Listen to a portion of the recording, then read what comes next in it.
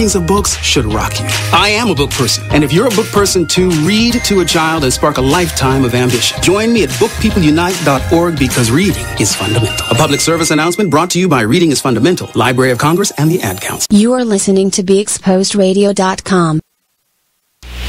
Join the Just a Bit Outside crew every Monday, 8 to 10 p.m. on BeExposedRadio.com. You want to start off? I think I'll get it out of the way on a who's not. Okay, do it. The Orioles. Right. They got swept by the Royals. They lost 4 in a row, and the last 5 games have all been decided by 1 run. Mm-hmm. The game before, or the last game that they lost before the Royals was the Nationals, and it was Weeders, of course, won with a home run. Hit the home run. Right. They were going into that National Series. It seemed like they were doing so well, and they just crapped out.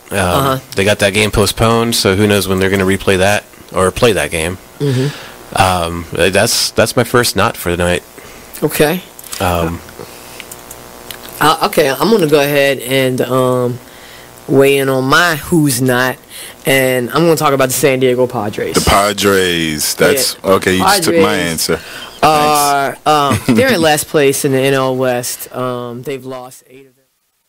You are listening to BeExposedRadio.com.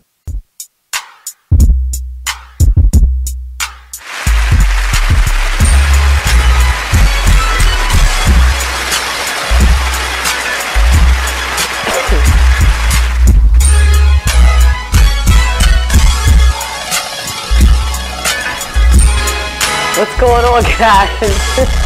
Good evening. It's 7 o'clock. You already know it's Monday night, right? It's Monday night. We in the building. Kescia's in the building. Mark's in the building. Mark's in the building. Kescia's in the building.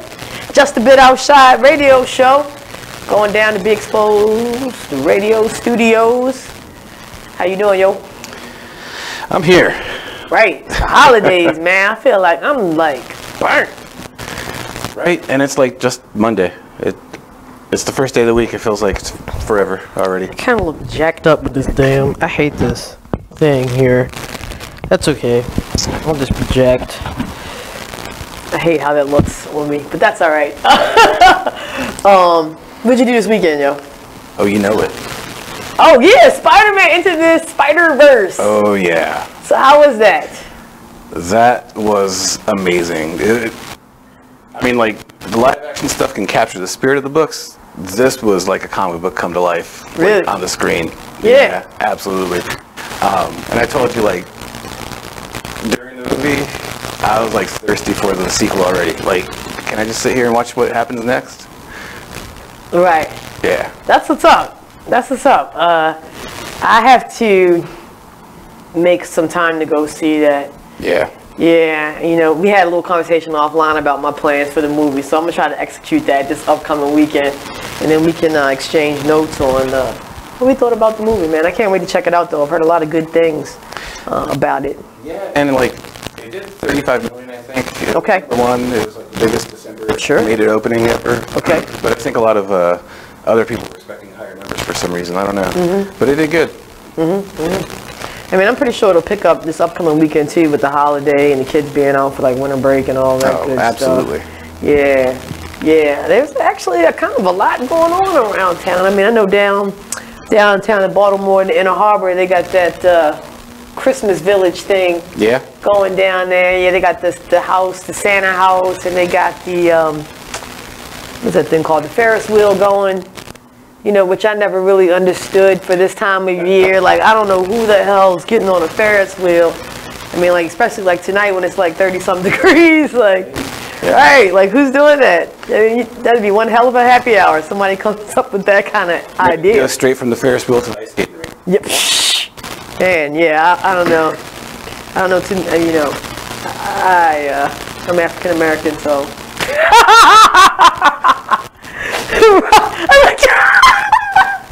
Riding the Ferris wheel at night, that seems just a little frigid for my taste. You know, I gotta keep it 100 for real. We had oh yeah, guess who came to town this weekend? I have no idea. Lil Booty. Really? He was here yesterday. Lakers played the Wizards. That's right. Yeah. Wizards whipped the Lakers real good, whipped them proper. You know, John Wall had dropped like 40 or something like that. And you know what? Guess what I heard also too about the Wizards like this weekend? We about to get Trevor Ariza. Yeah, they made a big trade. I kind of like that one. I like that. Austin Rivers and who was the other person? It was two guys that he traded to the Suns.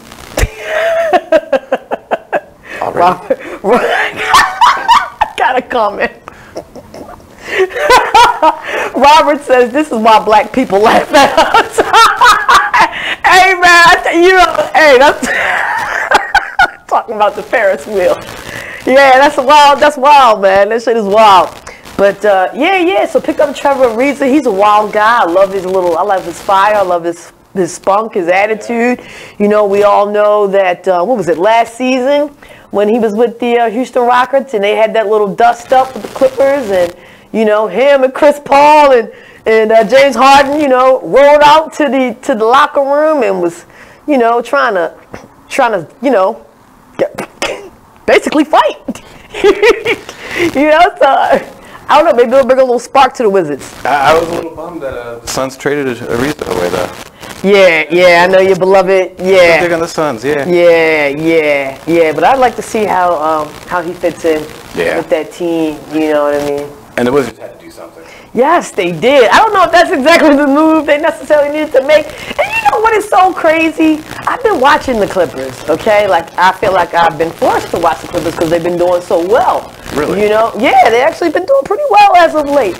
And, you know, I took the real big plunge.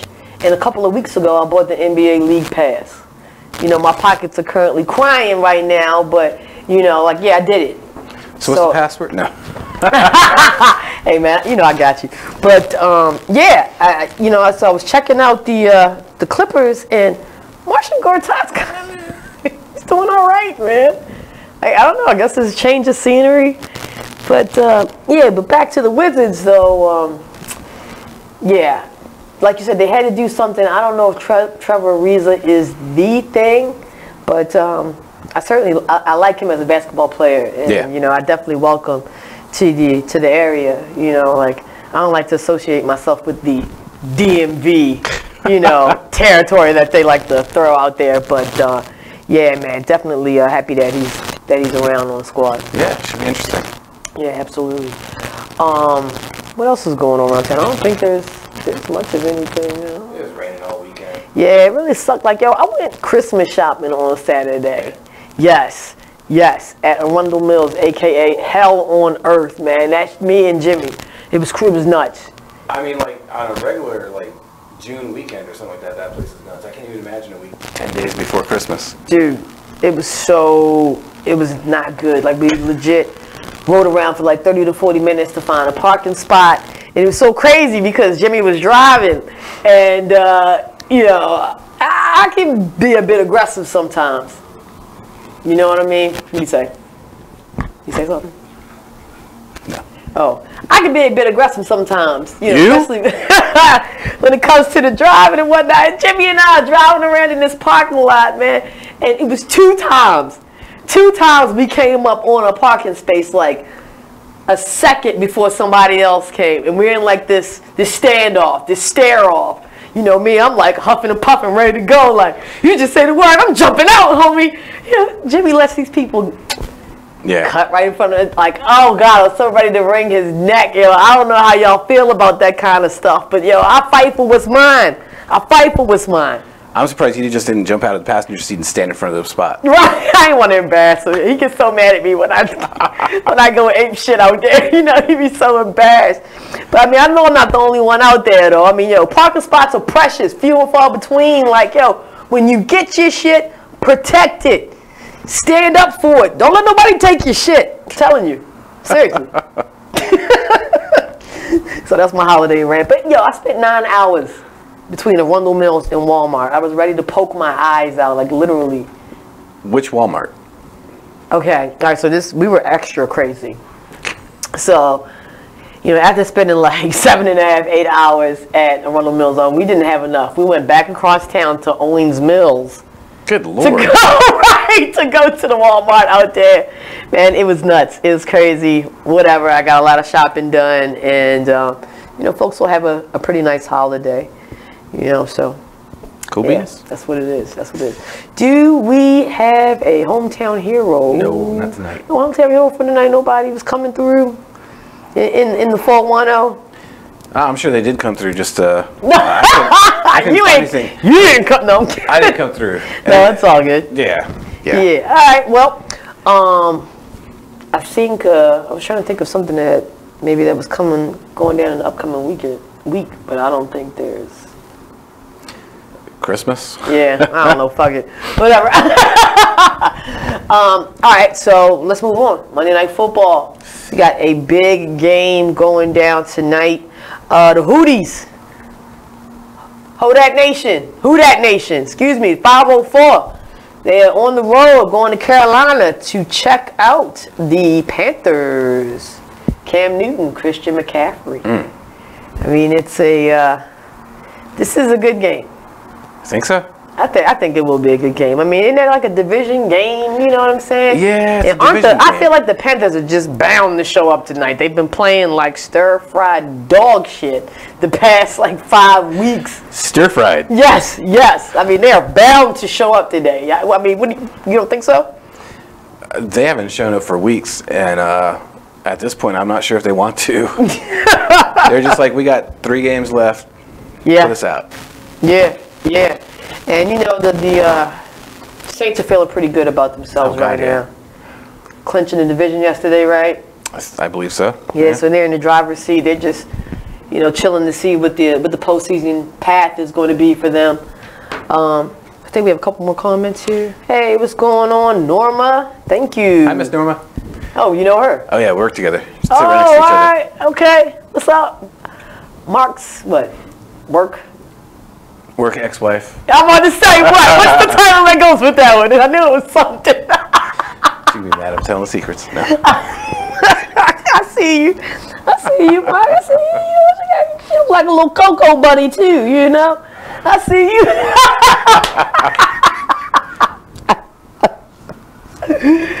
Oh, shit. Back to it. Go ahead. The Panthers started 6-2, Okay, yep. but they've been stir-fried dog shit. That's going into the lexicon.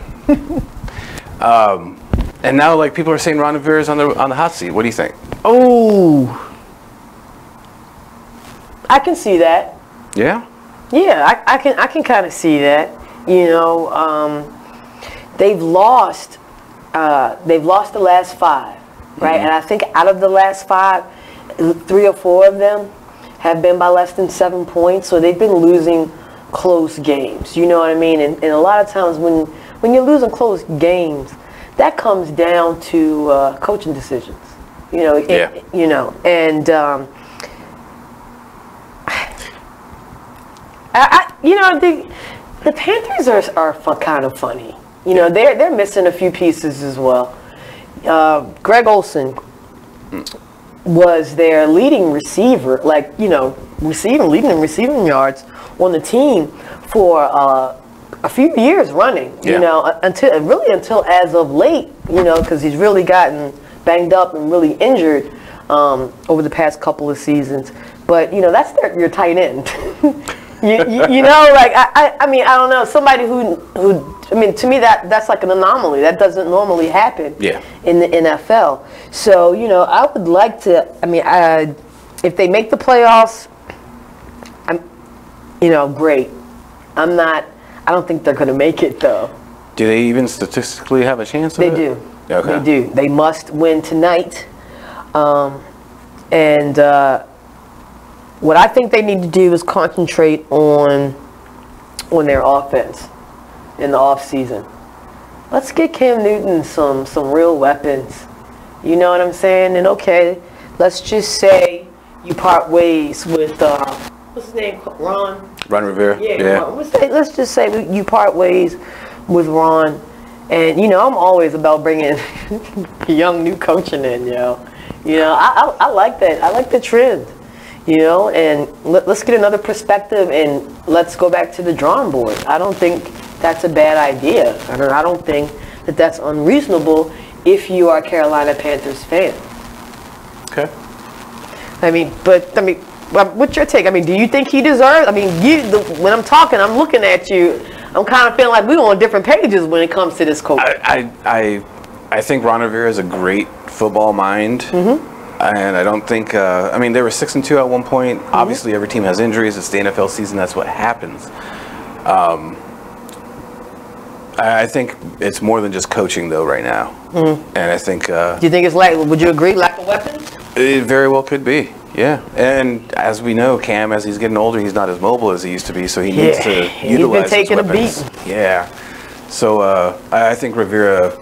I think maybe it's a John Harbaugh situation of last season where it's not an automatic dismissal at the end of the year. Maybe give him another year, see what happens. Okay. I mean, I think that's fair too. But you know how we are. It's the I want it now. Yeah. Time, day and age. So I think I'm not sure. I would be surprised if he makes it out. Another coach that and I haven't really heard anything about this, which is kind of surprising. It was just today that I've really heard. What about have you heard anything about Marvin Lewis? No. And I swear to God, this guy must have something on somebody in the Bengals organization, because I am just really surprised that he's not fired yet. 10 seconds. Oh, all right, cool. You guys, when we come back, we're going to continue this Monday Night Football conversation, because we haven't spent any time talking about the Saints. And as everybody knows, they've been sensational. So don't go anywhere. Just a bit outside.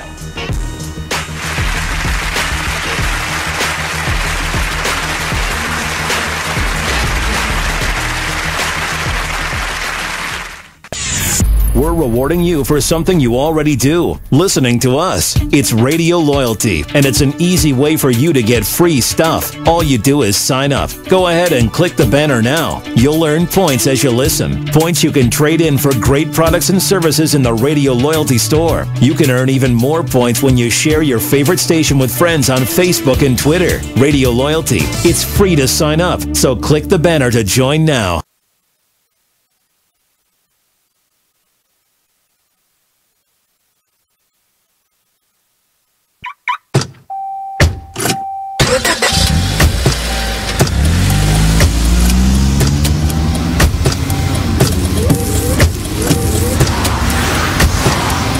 Driving has a rhythm all its own.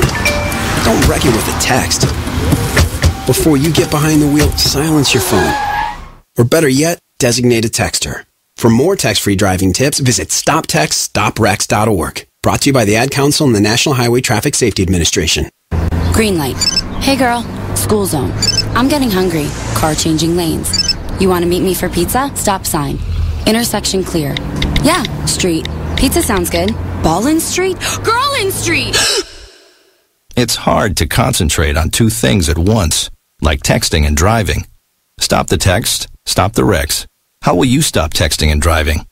Tell us at stoptextstoprex.org.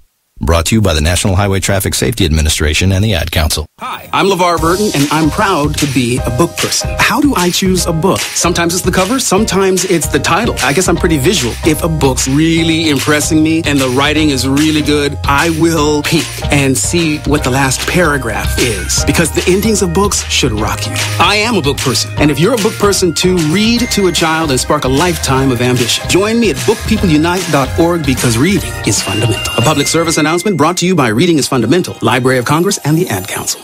Green light. Hey girl, school zone. I'm getting hungry. Car changing lanes. You want to meet me for pizza? Stop sign. Intersection clear. Yeah, street. Pizza sounds good. Ballin Street? Girlin Street! It's hard to concentrate on two things at once, like texting and driving. Stop the text, stop the wrecks. How will you stop texting and driving? Tell us at stoptextstoprex.org. Brought to you by the National Highway Traffic Safety Administration and the Ad Council. So, Jacqueline. Yes, Mom? I wanted to talk to you about something and... Oh, wait. Hold on. I just got a text. Oh, there's another one. Wow. Busy me. So, anyway... Oh, wait, Mom. I just got a message. My friends keep commenting on my comment. Oh, there's another one. so many comments on my comment. Oh, I can't wait to watch TV tonight. Playoffs! Hey guys, check out my new video game. Pew, pew. Wait. Mom, what? Huh? What? Hold What'd you say? Wait a second, what? This weekend, unplug. Take your family to the forest.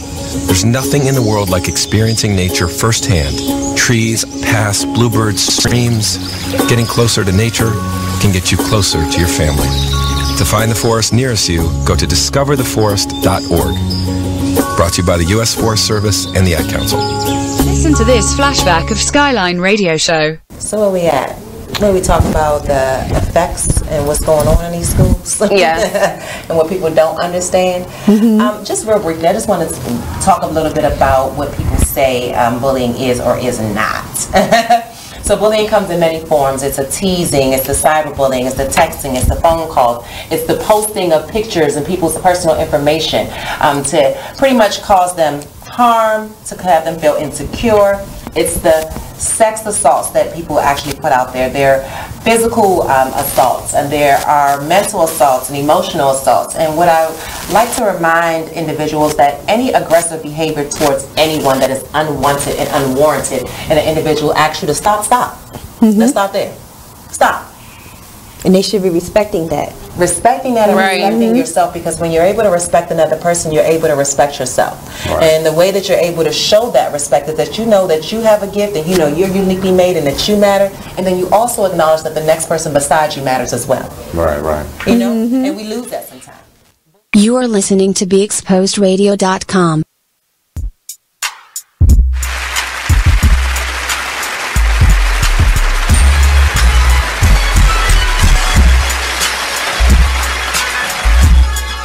Welcome back. Just a bit outside the radio show on BeExposedRadio.com. Thank you for listening at us on Facebook, on YouTube.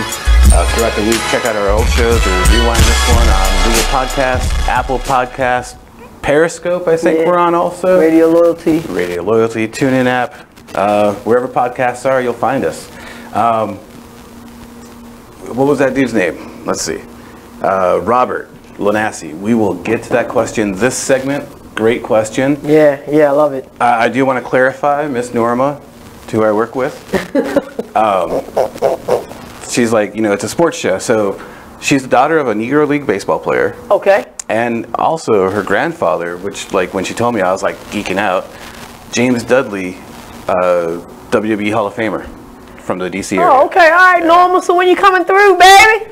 When you coming through, come on through. You welcome. More than welcome. I'm sure she heard some stories. Yeah, that would be great. That's fantastic. All right, you guys, when we left off, we were talking about Monday Night Football, a game against the Saints and the Panthers, and we were saying how this is a must-win situation. Blah, blah, blah, XYZ, Cam Newton, if they want to make it to the playoffs.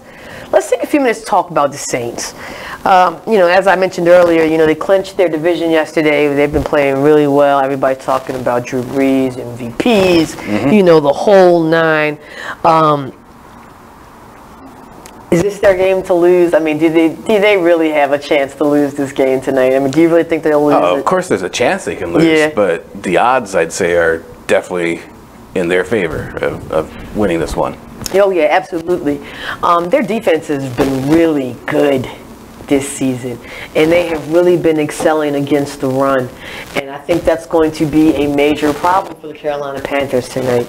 Christian McCaffrey has been really carrying the load. I believe he scored like 12 touchdowns in that span that I've been that previously referenced, and the defense, New Orleans defense, I believe, now correct me if I'm wrong, I'm pretty sure some of my Who Dat Nation friends are watching right now. Their run defense has been #1 in the league for, I believe, over the past month. Wow. Right. And let's couple that with Cam Newton dealing with a bum shoulder. I'm pretty sure the New Orleans Saints are licking their chops for tonight's game, especially, on the road. Yeah, and what are they, 11-2? Yeah. They're going to wrap up home field, I think, not too much longer. And I wouldn't be surprised if they take a solid lead and maybe even be... I don't want to say this because Monday nights, we always say Monday night football games, no matter who's playing, are always good. But I could see like the Saints being proactive and resting up in the fourth quarter if they have a good lead. Sean Payton's a smart guy. Yeah, I can kind of see that too. So now for the moment you all been waiting for, our predictions. Mark, who you got for tonight? And if you want to say, the score, I don't know if you're in contention. No, Lonnie, she said he has a bum shoulder. That's one of my who-dats right there, yo. So, what up, Lonnie? What's going on, baby? Well, if he's a who-dat, then he's going to like my prediction. I'm saying the Saints are going to run away with it tonight. I liked the Panthers earlier in the season. Yeah. But they've just looked like maybe bums with shoulders. And I don't give them a chance in hell. I really want to say the Carolina Panthers. I want to say it so bad.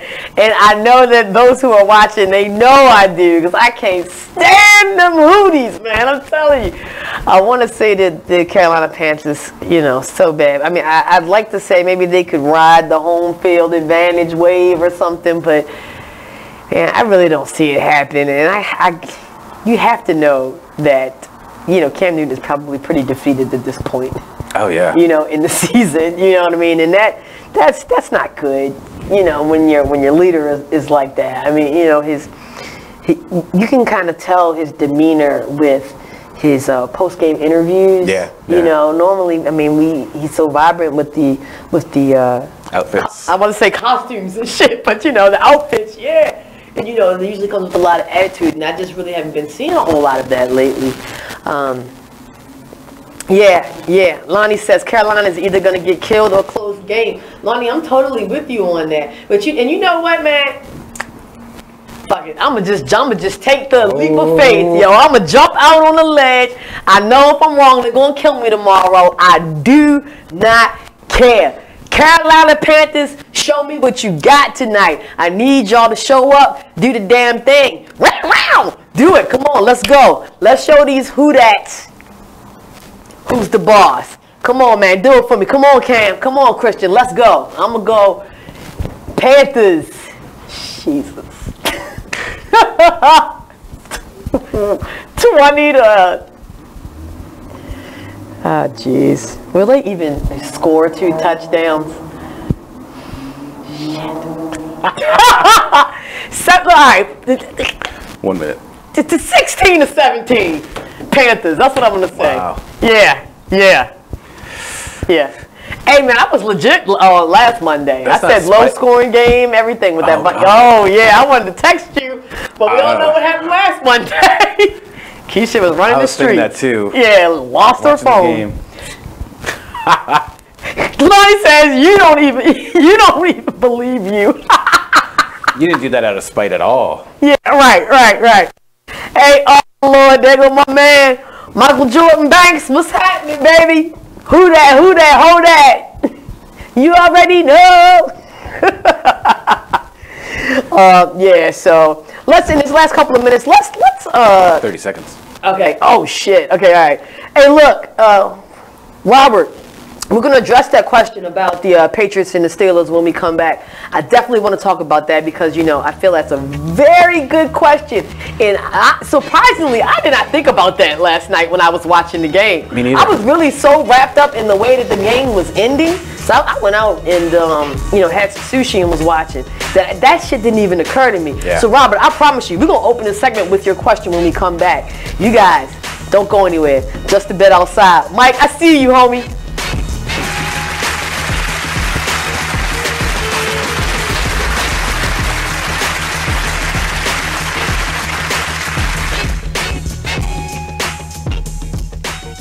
Use Tearless Baby Shampoo because it's gentle on your baby's eyes. You make sure his toys don't have any sharp edges. You always test the bathwater to make sure it's not too hot. You taught her what to do when the smoke alarm goes off. You make sure she wears a helmet when she rides her bicycle. You put on his sunscreen, even when he's embarrassed his friends will see. You do so much to keep your child safe. But are you using the right car seat for your child? Is your child facing the right way in the car seat? Is the seat too big or too small? How do you know when it's time to move your child into the next type of seat? Car crashes are a leading killer of children ages 1 to 13.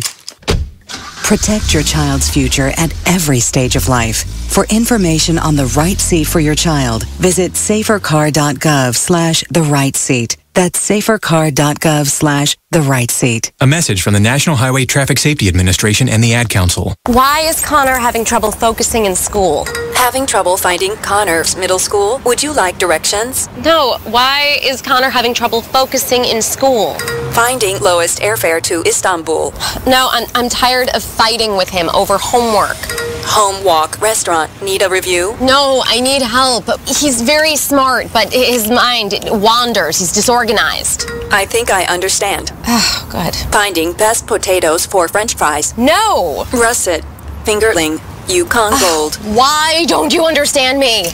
Sorry, I was trying to show how Connor feels every day. Frustrating, isn't it? Redirecting to understood.org. For the 1 in 5 kids with learning and attention issues, this is what life can feel like. Explore understood.org, a free online resource about learning and attention issues, designed to help your child thrive in school and in life. Understood.org, because understanding is everything. Brought to you by understood.org and the Ad Council. Join the Just a Bit Outside crew every Monday, 8 to 10 p.m. on BeExposedRadio.com. You want to start off? I think I'll get it out of the way on a who's not. Okay, do it. The Orioles. Right. They got swept by the Royals. They lost 4 in a row, and the last 5 games have all been decided by 1 run. Mm-hmm. You are listening to BeExposedRadio.com.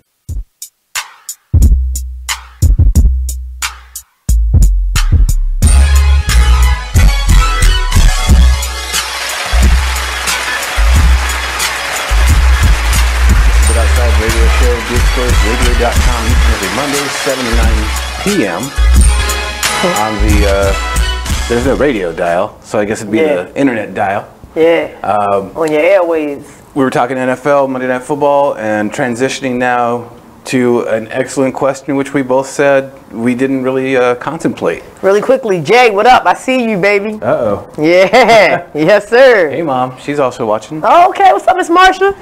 All right. So, yeah, let's get to that question. It's very Robert good. says, so here's a question about did the Patriots throw that game intentionally? Bill has been known to think tactically, and he probably knows he has a better chance against the Steelers. Wait. Yeah? Yeah. Steelers.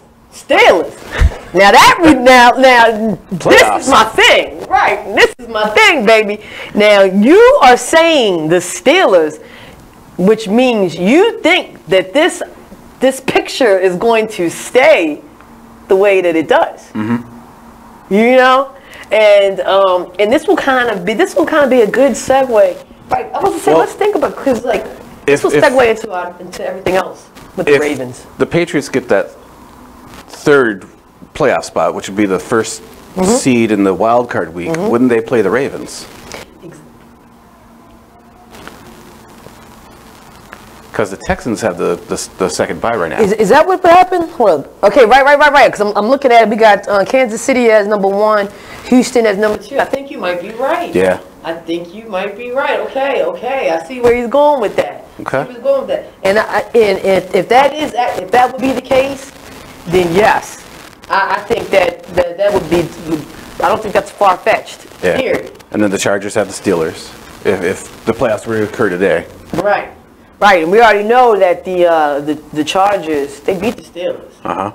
Yeah, and that could I think that might kind of come back to bite them in the ass. Because I mean, you don't lose to 2 teams twice in the NFL. Like, I mean, it does not happen. You know, but I think that's a very good question. And like I said, I mean, that didn't even occur to me last night, because all I was thinking is that, I know Pittsburgh is thinking, they have to win this, and so does New England. I mean, when was the last time that Tom Brady lost 2 in a row? I don't know. It's been a while. You have to wonder if Tom Brady is that good of an actor to look so futile on the field. Yeah. He had his resting bitch face on, and that shit was in full effect. You know what I mean? So, that's a good point, too. But Yeah, I would agree. Belichick he's a mastermind, and he's always, you like that resting bitch face? He's always a step ahead of everybody. So does that mean that Bill would tank the rest of the season to get that second wild card spot, or the second seed in the wild card weekend, and get the Steelers that first week? So we would play... No. The Steelers, I guess. Would it be the Steelers? The Steelers are a divisional champ, or would be. Would be. So they wouldn't play them in the wild card round anyway. Okay, so now let's talk about the Steelers. Okay. Their final 2 games are against Cincinnati and the Saints. Yeah. Now they could potentially lose that game with the Saints. Oh, yeah. Yeah, okay. Now, the key is the last game, and what did I say? I said this, 2 weeks ago? Like, that last game, for us, especially with our division, we got the Browns, they got the Bengals, and I know the Bengals would love to play spoiler, and it's a division rivalry game. So what, just for shits and giggles, though, what if the Steelers lose both the games? I guess the Ravens get that divisional spot if they win right. out. That's what I'm saying. They would have to win both games. Who do we have left? We have Chargers. We have the Chargers this weekend, and I have full confidence in my guys. We're about to tune Phillip Rivers up. We'll get into more of that in a little bit. Yeah, I said that. I said it. And then after that, we got the Browns, and we licking our chops to get some revenge back on that, man, because I remember that first game went down when I was in Europe, and we lost, right? Mm-hmm. That's right. So that's a good revenge game. So, I think, the outlook for the Ravens is looking pretty good for taking that division. I believe in that defense, man. And the Chargers played okay last week. Jay, tell your Bengals. Right, Jay. Call your prayer warriors, bro. Tell them Bengals to show up, man. I don't know if Marvin has anything left in the tank, but we need y'all. We definitely need y'all. They haven't shown up since week 5, but show up now. Shots fired. That's what we do. Let's move on to the people's poll. You guys know we that's our new thing, is putting the poll up every week. Mark is having a great fucking time with the polls and the gifts and seeing who he can piss off. Oh, the GIF. Yeah. So, this poll was about Tampa Bay Buccaneers and the Ravens game this weekend. Rainy game. Ugly game. Yeah. Ugly game. I think the first quarter, I had like at least 5, I screamed out 5 what the fucks. Just dealing with the ball handling and whatnot. It was a couple scary situations there. And it goes without saying, Lamar is a rookie. He's going to make those mistakes. And he did. But it wasn't enough to tank the game, so that's a good thing. Lonnie said God himself can't help Cincy. That's messed up, man. Amen. Well, maybe God, Buddha, and whatever, Krishna, all the gods. Get them all together.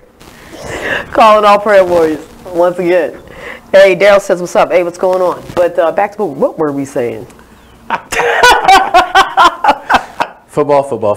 Right. Jesus.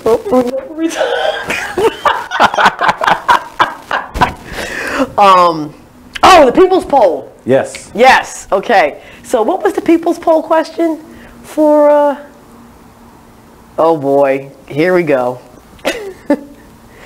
Okay, so here we go. All right, let's just go with the comments. Let's keep it going.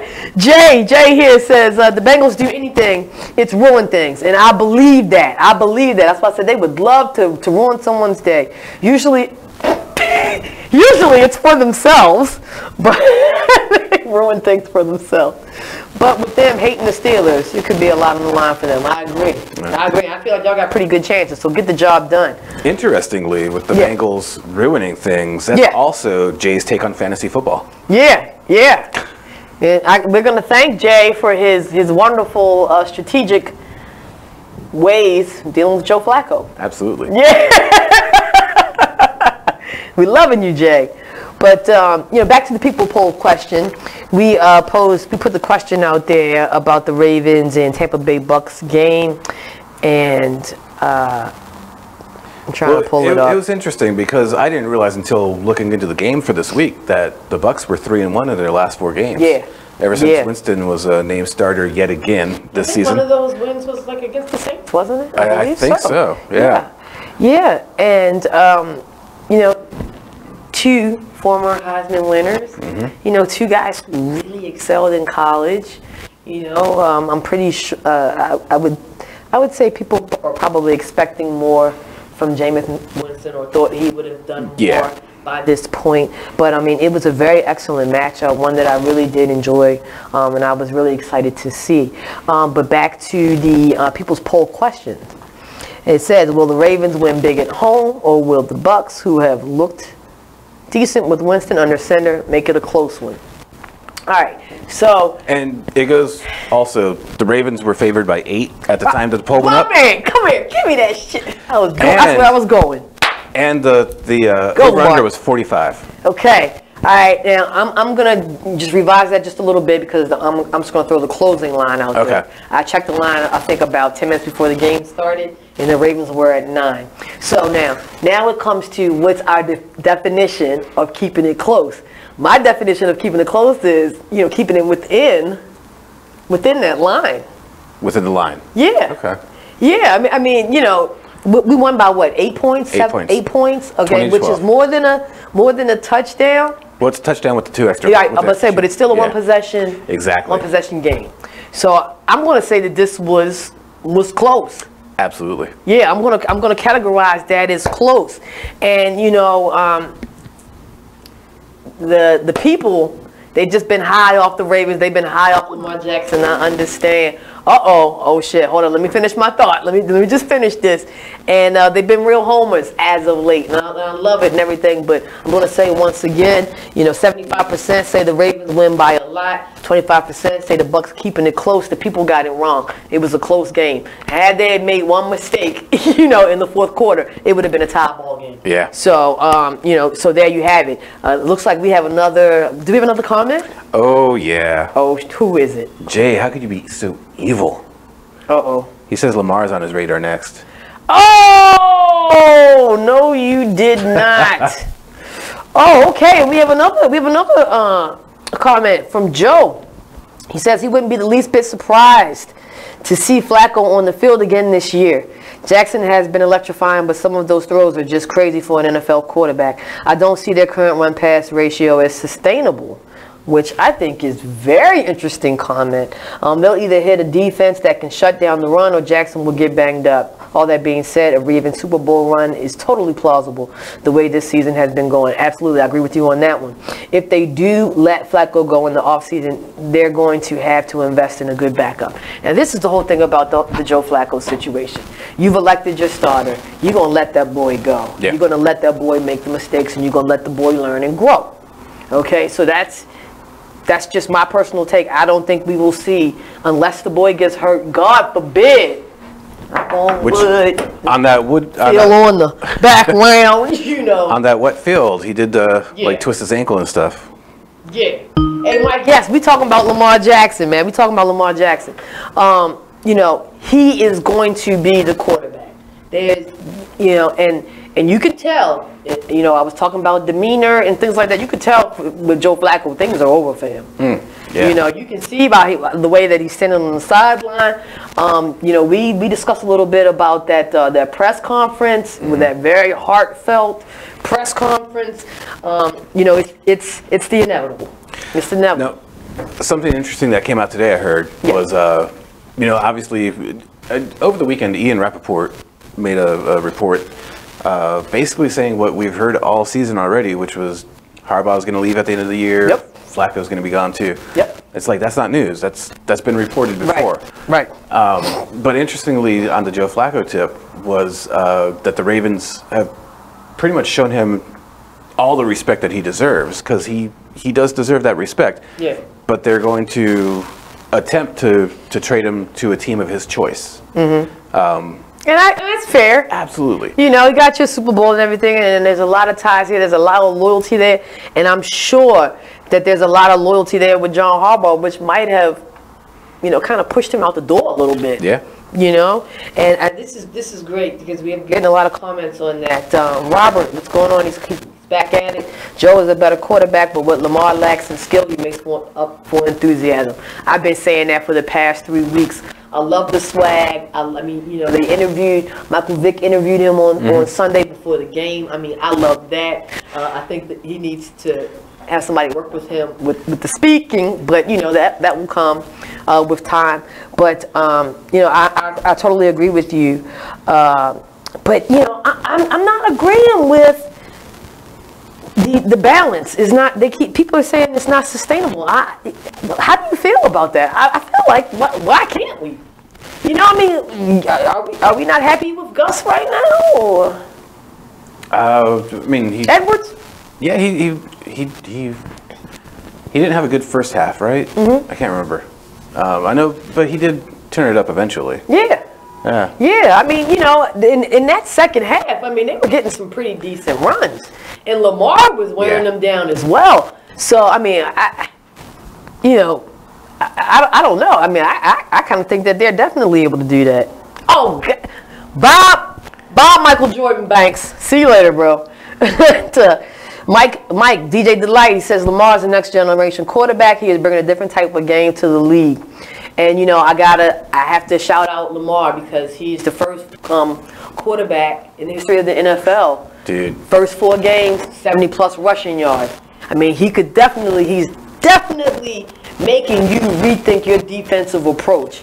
And, you know, I'm pretty sure everybody is feverishly, is that a good? Feverishly? Yeah.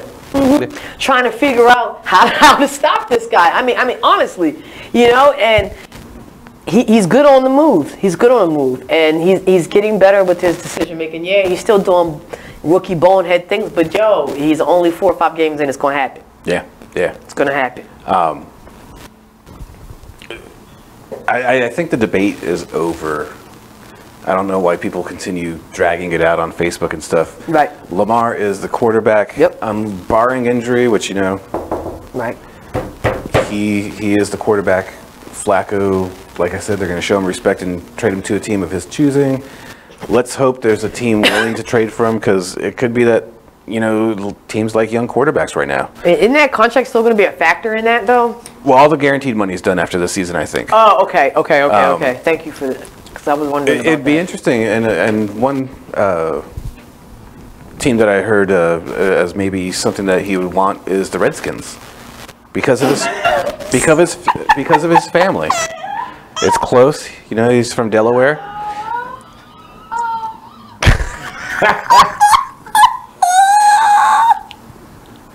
Wow.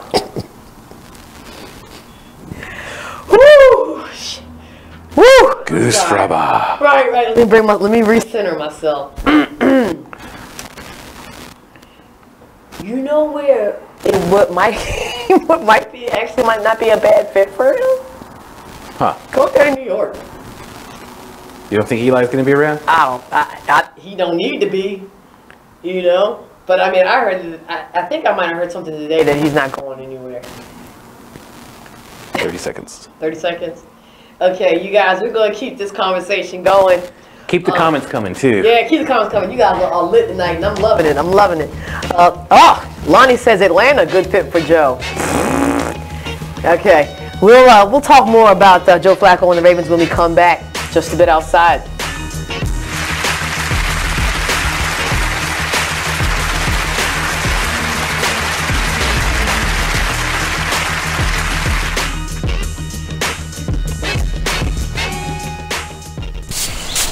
Whoa. The moment my son saw a redwood tree. It's huge! Is the moment I knew that for him, You can't even see the top of that thing! even the sky has no limit. There are some moments only the forest can inspire. Find yours at discovertheforest.org. Learn about forests near you and discover cool things to do when you go. Your moment is out there. Find it at discovertheforest.org. Brought to you by the U.S. Forest Service and the Ad Council. The Artist Exchange Radio Show every Friday, 7 p.m. to 9 p.m., every Saturday, 12 p.m. to 2 p.m. Real artist, real talk, real live on BeExposedRadio.com. I was meeting with a friend yesterday, and I've gotten to the point where don't ask me a question because the truth is going to come out.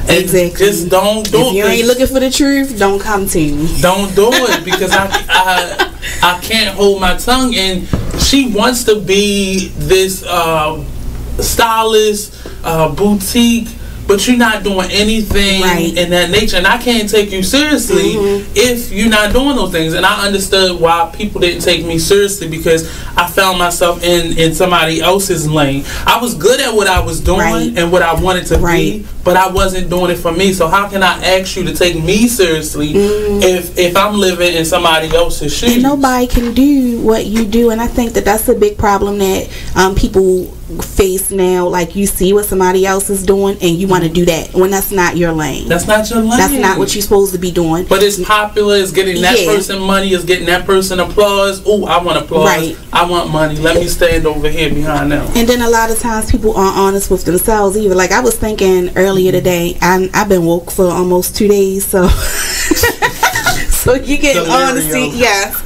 and I was thinking, like, the Artist Exchange Radio Show. Hi, I'm LeVar Burton, and I'm proud to be a book person. How do I choose a book? Sometimes it's the cover, sometimes it's the title. I guess I'm pretty visual. If a book's really impressing me and the writing is really good, I will peek and see what the last paragraph is, because the endings of books should rock you. I am a book person, and if you're a book person too, read to a child and spark a lifetime of ambition. Join me at bookpeopleunite.org because reading is fundamental. A public service announcement brought to you by Reading is Fundamental, Library of Congress, and the Ad Council. My name is Ruth Rusi.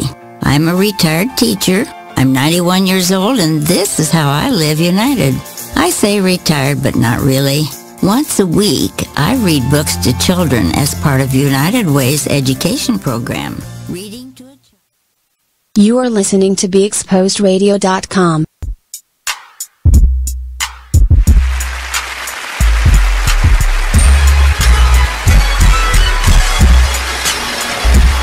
Hey, what's going on? What's going on? Welcome back. Just a bit outside. Man, that joint, that music still bumps. Hey, man, DJ Delight, what's up with our new shit, man?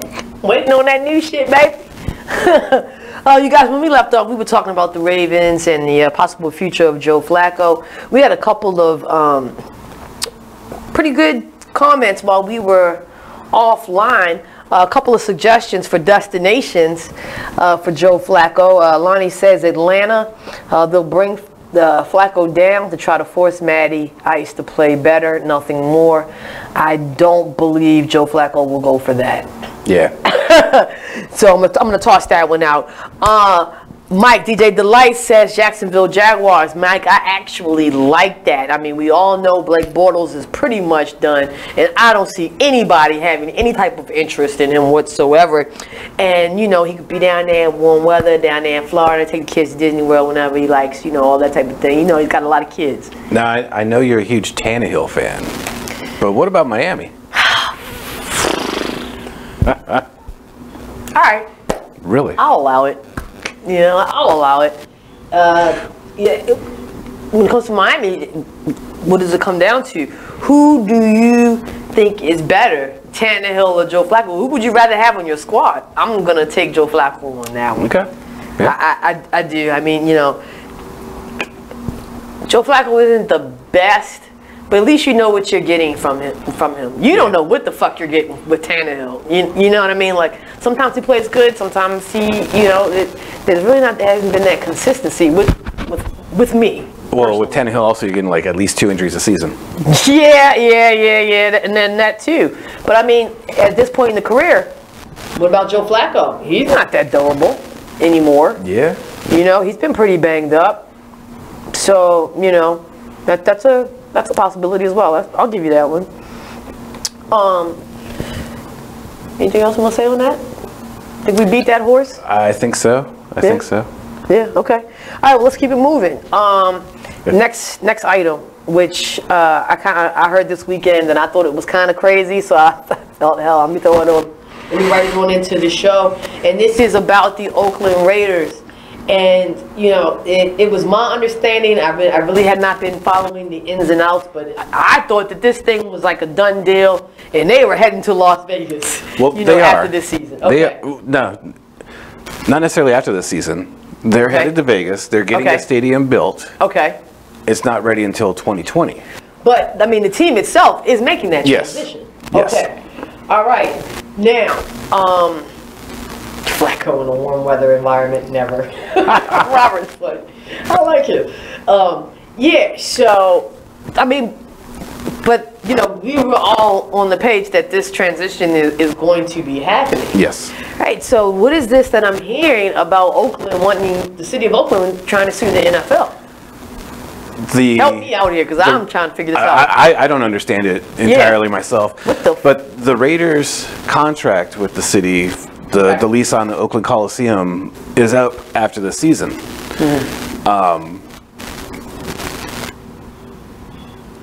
What's Davis? I forget Al's kid's name. We'll just say Davis Jr. Mark Davis, I think. Just win, baby Jr. He knew that the Vegas stadium wouldn't be ready yet, and talked about wanting to play in Oakland another year. Right. Oakland, I guess, the city was against it for some reason. They just want to be done with it. You know, they're going to lose the team again for a second time. And I'm not. We got to look into it more, because I'm not sure where the lawsuit comes in. I was going to say, like, I really don't understand what their point is, unless this is just like I don't know, like one of those moral type of situations, like, yo, we're just fighting because of the principle type of deal. You know, because, I mean, I don't think ever in the history of the NFL, once a team say it's gone, they're gone. You know what I mean? And, like, me think you trying to sue the NFL or trying to do anything that has relationship, to me, says you want the team to stay or come back or whatever the hell, whatever angle you're trying to get at. Yeah. You know, but that just doesn't happen. I mean, there are too many things that have gone in place. They took too many steps to get to this point. I mean, it was kind of a bit of a journey to even get to that, you know, to the yes, we're going to Vegas. Yeah, it's been, like you said, a journey. It's right, ridiculous. And is the NFL even going to waste resources on this? I don't know. I wouldn't. Now they're talking, well, I mean, obviously they're going to have to waste money on attorneys. Right. But there's been so many alternate stadiums that have been thrown out there. There's been talk of Levi Stadium, which is where the 49ers play, so that they're still in the Bay Area. That's interesting. There's been talk of San Diego, Qualcomm. Okay. I thought I heard about a stadium in LA. I'm not sure if sharing like the Coliseum or Home Depot Center or whatever that is that the Chargers play in. Okay. And there's even been talk of Glendale, Arizona, sharing the stadium that the Cardinals are in, which geographically that's closer to Vegas than any other stadium. I was just thinking, isn't that the closest? Yeah. I actually kind of like that idea. Robert says he's got to get son ready for bed. It's been a pleasure. Hey man, come back, come chop it up with us. You had some great, interesting things to say to add to the conversation. We appreciate you. But I kind of like that idea. Yeah, I'm kind of warming up to it. It'd be interesting. Yeah. So I mean, we'll take tonight to kind of read up on what the hell is going on and keep an eye out on this, because I'm pretty sure more will come. And if you know, and if you know, please comment on the thread, or maybe we'll throw something up as a people's poll in regards to this whole suing of the NFL, because I just find this thing so interesting. But you guys, don't go anywhere. We're gonna pay some bills when we come back. We're gonna do our WTF moments of the week, man, and we have a lot. I blocked off 15 minutes for this. I mean, it's so much fun. So don't go anywhere. Just a bit outside.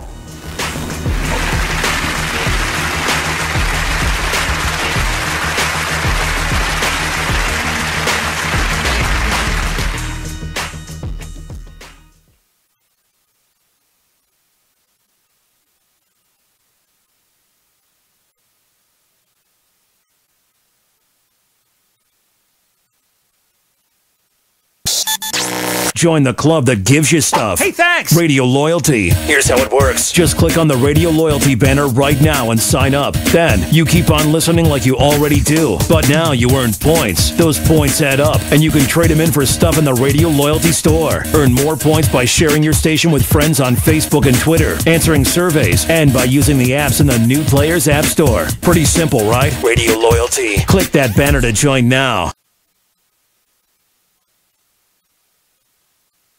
Here's what you missed on Salacious Life Radio. You know, when it comes to your children, especially if you're dating someone that you actually like, you do want it to work. So you're gonna hope and encourage the relationship between your child and that person because you like that person, you know, so you're gonna hope for the best. I mean, sometimes, yeah, it just doesn't work and you can't make it work. You can't force it. It's like a branch. You keep bending it. Eventually it'll snap, and even if you put it back together, it'll never be what it once was. But you definitely pray on it. You hope for the best, you know, because like nobody wants to spend the rest of their life alone just because a particular relationship didn't work out, but you had this beautiful creature as a result of it, you know. But you don't want to necessarily spend and you're not all of a sudden a bad person. You're not all of a sudden not going to fulfill this other person's needs. You, madam, are a harlot and a scoundrel. Because I had one kid while I was still married. Like, but what if you? I take that back. What if the situation turns around the other way? So you ready for your child to meet? They meet the person, and this person is a giver. So this person's buying your child lots of gifts and wanting to. I would usually. Do you let? You don't like if it's a birthday or some sort of holiday or something like that. Okay, and they want to get them a few things or get them something. Okay, but just on like a regular basis, like unless it's like Nestle's Quick or something that you can get from like, you know what I'm saying, or like Kit Kats or something like that. Like, no, don't spend a lot of money on it. I'm sorry, it's unrealistic. Like, don't try to buy his. Tune in live to Salacious Life Radio every Wednesday from 9 to 11, only on BeExposedRadio.com. You are listening to BeExposedRadio.com.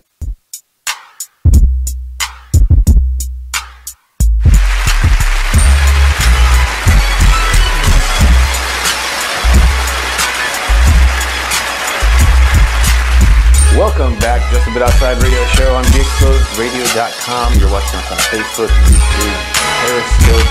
Check us out anytime of the week, Google Podcast, Apple Podcast, and join us each and every Monday live. And join the conversation, because this has been a blast. Yeah, where anything can happen. Anything can happen at the Jabbo Show. Talking sports is all we know. Alright, y'all.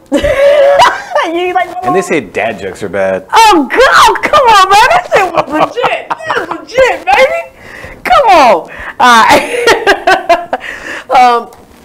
When we left off, what we were talking about, we just went around the league, actually, you know, by talking just about Joe Flacco. We touched on a lot of teams. And, you know, really good conversation, you guys. So let's keep it moving. Let's have some laughs. Let's take it on to the WTF moments of the week. Of course, this is one of our favorite segments, favorite times of the show, because you know we see all types of things during the week that really makes you say WTF. And I gotta break my phone out because I had quite a few. That's why I had to. You know, normally we'll spend like 7 minutes on a couple what the fuck things, but you know this week was really special. So I said I gotta give. Lonnie, please believe Dallas scoring 0. That's gonna make it to another part of the show. my man. So let's go with the first WTF moment of the week. You got one? I got one. Okay. You know, good for this guy that has the money to blow, but sure. I was looking at the betting lines. Vegas has kind of took a drubbing in NFL this season with all the high scores and everything, but they make their money back. Okay. You better believe that. Mm-hmm. One bettor this weekend. Oh Lord. Over 2 bets. One for $235,000, the other for $334,000, totaling $569,000. For who? Seattle Seahawks. just straight to win. No over-under, nothing, not the line. He had Seattle to win over the 49ers, which on the surface was a good bet because on my pick, No, I'm choking right now because I know how that shit ended. Yeah. Oh my gosh! I hope that guy is still with us. Over 600 or almost 600,000, bam, just like that. Oh my!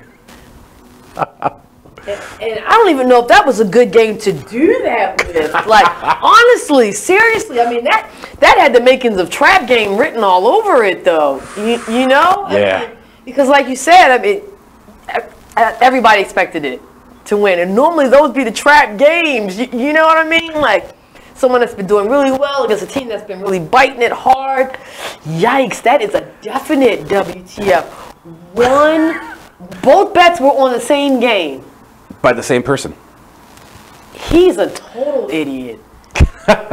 No, honestly, I mean, if anybody that bets anything, you know, unless you're one of those, I'm gonna throw it all on one. We gonna let this motherfucker ride. Let it ride. You back yourself up. You don't back yourself up by throwing even more money at the same freaking team. You never throw all your eggs in one basket. The payout changed. The payout changed, which is why he threw that a second bet. Payout changed or not. Any bettors out there, if you're really getting started on this, please take this jewel. I will save you so much money. You know what I'm saying? If you're the type of person that likes to put in multiple bets, back yourself up. Sure, I'm all for it. Never do it with the same exact thing. That is so. Ooh, he deserved to take that L. And that's a hell of a L to take. $569,000 of L. God Almighty. Goodness gracious. Okay. All right, my WTF moment of the week. The first one that I have is about Jose Canseco. What the hell did he do now? Jose Canseco, everybody knows he's a big guy, Cuban player that played for the Oakland A's. Big guy, Do anything for a buck. Yeah, and you know what? Now that you say that, things are making perfect sense. Apparently, Jose Canseco is ready for the White House. What's the name of that guy that just lost his damn job? Oh, was it Mueller? No, Mueller's still there. Not John Kelly? Yeah. He wants to be Trump's next chief of staff. Damn. Put it out there and on Twitter like, listen, I've been, preparing myself for days now to enter politics, and, I feel like I'm ready to go. That seems to be the prerequisite, like, days of experience for things in politics nowadays. And he says, hell, why not me? I'm ready to go. I mean, how do you feel about that? I mean, Jose Canseco in the White House. Mr. Canseco. Yep. You and Donald Trump may have Chief of Staff Canseco. No. Who said that? Lonnie. You and Mr. Trump may have done some bumps in the 80s together. Oh! Shots fired! And we know Trump likes hiring friends. Stay away from the White House. Yeah, man. Yeah, I don't even know anybody. You're living a good life right now. No one's bothering you. Everybody still kind of likes you. They do? Like I said, kind of. You see after that. He does those celebrity boxing matches every so often. I mean, he's entertaining. He says funny, dumb shit. We're all like, that bonehead Canseco. He's a funny guy. You know what I mean? But like, your life is pretty good for you right now. Don't ruin your life, dog. I mean, stay clear away from politics. That's just an arena that you shouldn't want to be in. And honestly, I don't feel like you belong in. Do you have another what the fuck moment of the week? What did he do? Some push-ups. No, that was my one because I know you were coming with some. Yeah. Okay. So my next one has to do with Steph Curry. Yeah, man, it's been some wild ass shit going on. He was on our feel good last week. Come on. Yeah. Well, he just loves to stay in the. Oh, and now I'm looking at the newest article on this. Okay, so let me just tell you guys, Steph Curry. What happened? What? Say it. Lonnie, could you imagine having another cokehead in the situation? Oh my God!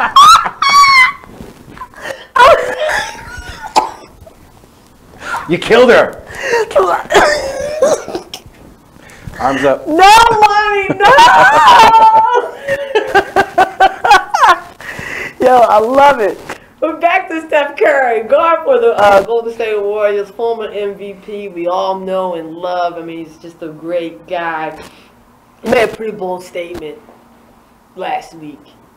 And, you know, like, seriously, these athletes need to just be stripped of all of their social media privileges. I think I know. About the moon? Yes. He goes on to, he takes to social media and says, you know what? Fuck NASA, fuck everything that we know. No one has ever gone to the moon. It was on a podcast that he said it, for one. Okay. Yeah. All right, on the podcast, said, you know, there's no, like, moon landing, I don't know, they're pulling the wool over our eyes, and, you know.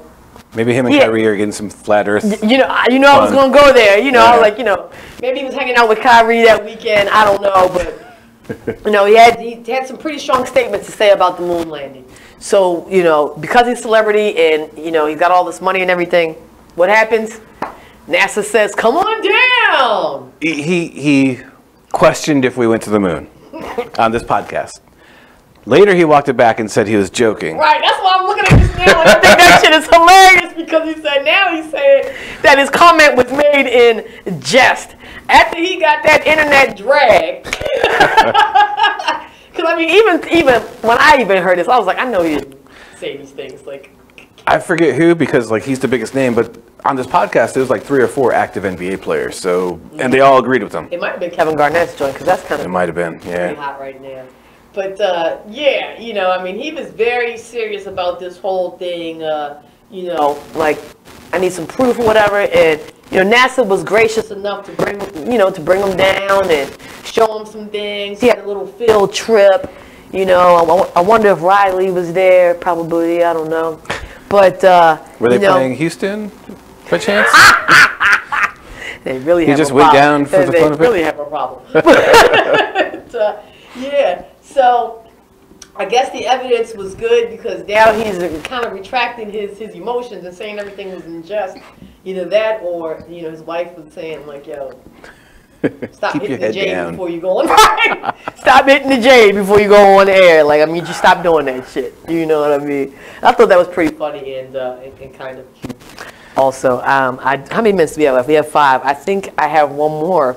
So Lonnie had a good comment. Oh, sure, go for it. I mean, they only sent a probe out of the solar system twice, but no moon landing.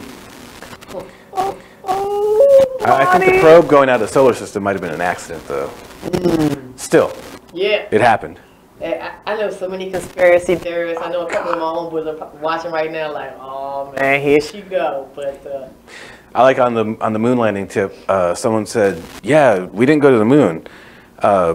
They hired Stanley Kubrick because like he's a big Hollywood director at the time, and he insists on doing everything on location. Get it? That's good stuff. Yeah. Good stuff. I got one more. I think I got 2 more. What the fucks? Mason Foster. No relation. Yeah, I'm about to say your family. Linebacker for the Washington Redskins. Took to social media, and you know there was some. I believe there was some Instagram messages that were leaked, and basically in the messages was the words "fuck this team," "fuck this city." You know, he had one of those fuck you, you're cool, fuck you, you know, type of moments. And I believe he said some stuff about the fans, too. Yeah, that's what he said. That's what he said. The city, the team. He said the whole shebang. He said fuck the mambo sauce. He's just over the whole entire deal. Yeah, and I thought that was kind of funny, too, because, you know, you've got to know that every player that plays in your team does not love your city. Yeah. You know what I mean? There got to be at least 1 or 2 out there be like, man, I hate this mother. But I'm getting $1 million, so I'm going to play. And just to see those kind of candid comments from a team who is in just rough shape right now, man. I mean, who leaked that conversation? Because it was in DMs. Right. And it looked like there was another player he was talking to. Somebody that did him dirty. somebody that did them dirty. And, you know, I mean, hey, F this team, you know, F the Redskins, you know what I mean? I have a feeling Mason Foster will find himself in a trade. Yeah. Season end. I see some trading in the future for Mr. Foster.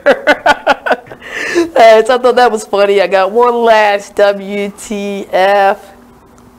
Did you see Michael Jordan leaning on Malik Monk?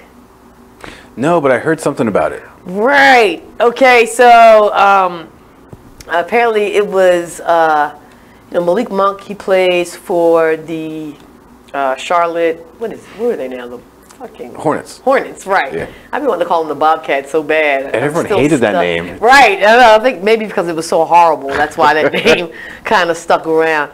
And so you have Malik Monk who plays for Charlotte. You have Michael Jordan, one of the, you know, if not the greatest basketball player of all time, one of the greatest basketball players of all time, who owns or partially owner of the Hornets, you know, in the audience watching your game, you know, doing what he's supposed to do as partial owner. I mean, that's his investment. There was a game, all right? Then the game was a close game. I can't remember exactly who the opponent was, but at the end of the game,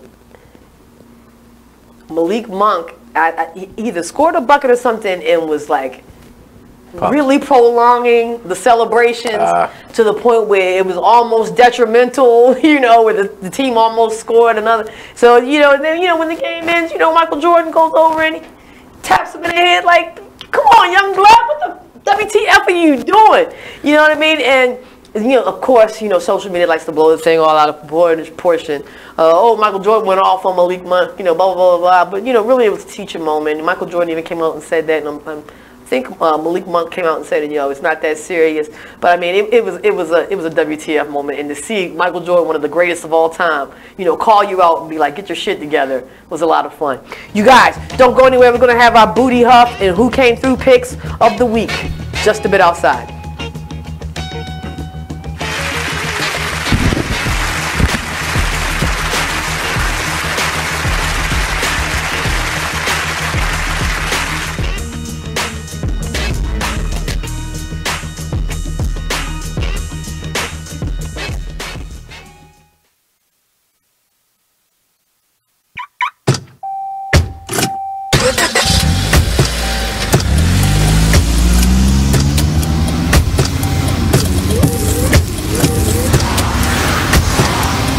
Driving has a rhythm all its own.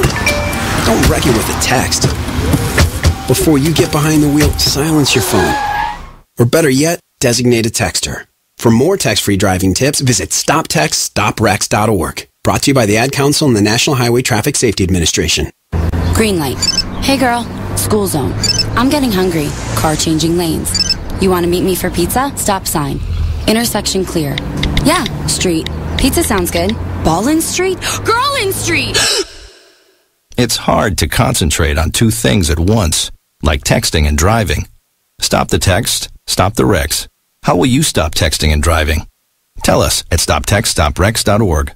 Brought to you by the National Highway Traffic Safety Administration and the Ad Council. Join the Just a Bit Outside crew every Monday, 8 to 10 p.m. on BeExposedRadio.com. You want to start off? I think I'll get it out of the way on a who's not. Okay, do it. The Orioles. Right. They got swept by the Royals. They lost 4 in a row, and the last 5 games have all been decided by 1 run. Mm-hmm. The game before, or the last game that they lost before the Royals was the Nationals, and it was Weeders, of course, won with a home run. Hit the home run. Right. They were going into that national series. It seemed like they were doing so well, and they just crapped out. They got that game postponed, so who knows when they're going to replay that or play that game. Mm-hmm. That's my first not for the night. Okay. Okay, I'm going to go ahead and weigh in on my who's not, and I'm going to talk about the San Diego Padres. The Padres. That's okay. You just took my answer. They're in last place in the NL West. They've lost 8 of their last 10. Their run differential is a negative 65, which is just horrible. So when you have, well, let me just talk about run differential a little bit. It's kind of like the how much you're winning or losing your games by, pretty much. Yeah. Okay.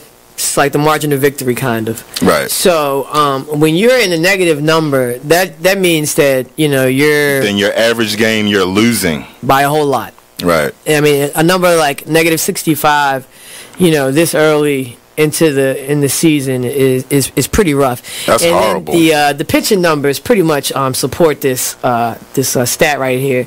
I mean, the team ERA is 4.70, which is 26th in the league. They have 126 walks allowed. They acquired Jared Weaver in the offseason, and he really has not panned out. He's off to one of the worst starts in any of the pitchers in 2017. Mm-hmm. He's 0-4 with a 6.05 ERA. In May alone, he already has 12 earned runs. 12 earned runs in May. And, another one of their pitchers, Clayton Richard, he's 2-4 with a 4.34 ERA. And, in May, he has 6 earned runs and 12 innings pitched. So they're not pitching well. You are listening to BeExposedRadio.com.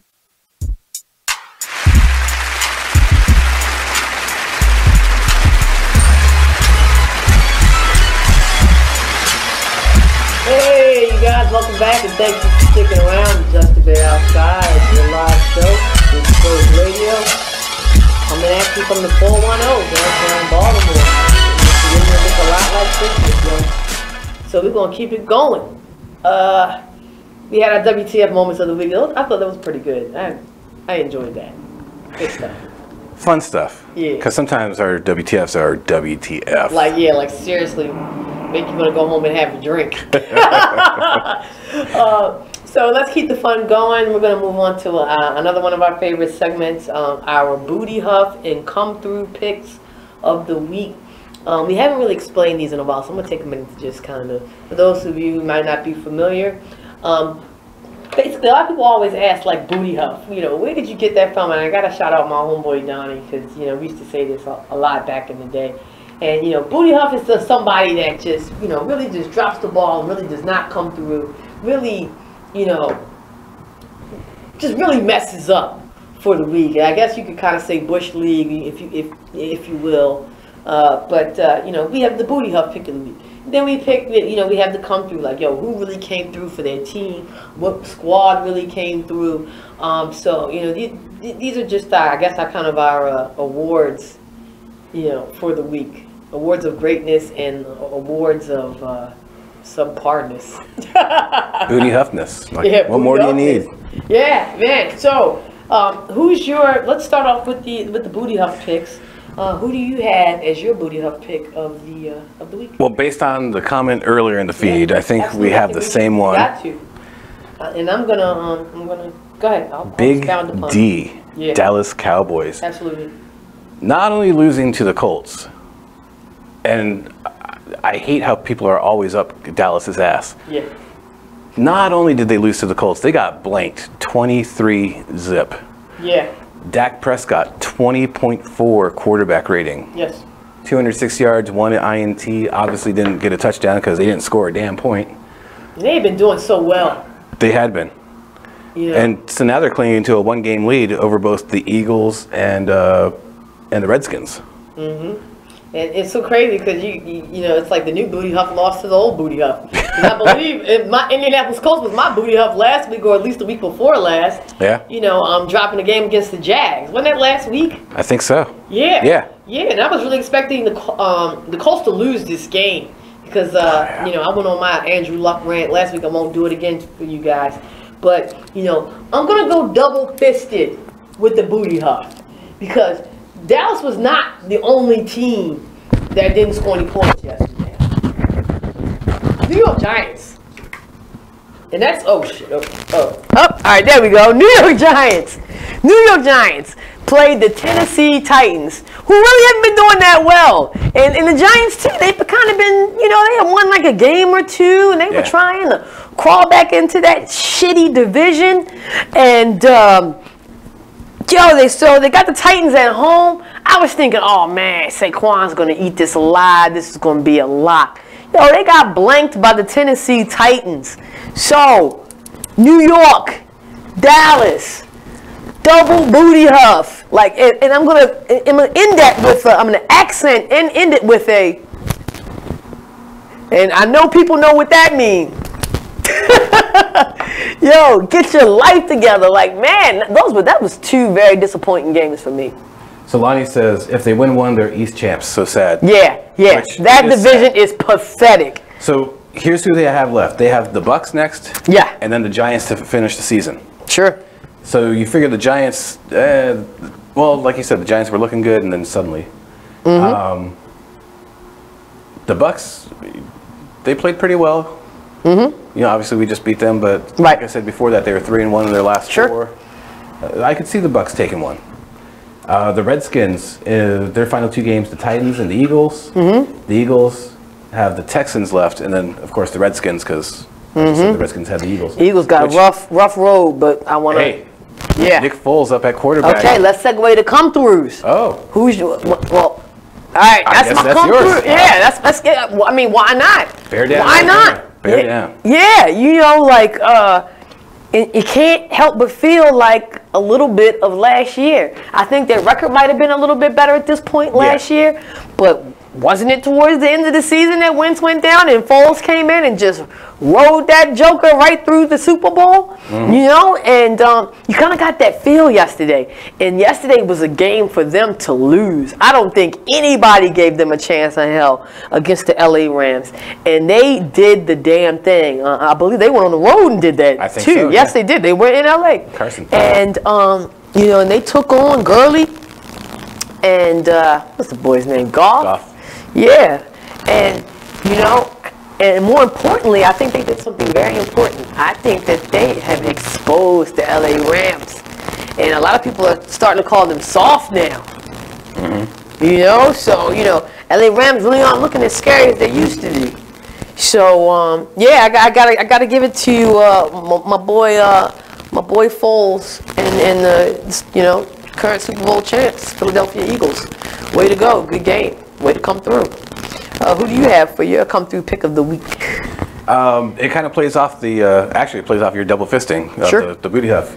Because on the flip side of that, the Colts and the Titans, both teams haven't been looking that great, and to put on this great, not only offensive performance, but defensive performance as well. We always everyone talks about how much of an offensive league the NFL is, and so much so I think that they glance over the defense just because they don't even want to address it. But these teams, if the NFL is such an offensive heavy league, then shutting out your opponent is even that much bigger of a defensive triumph. But what I don't like about this is that means both those teams are still gunning for the Ravens wild card spot. Oh, please. Yeah, I mean, it's yeah. That's a good point, but you know, I don't think that they have much of a chance. Well, the Colts have the Giants and the Titans left. Oh crap!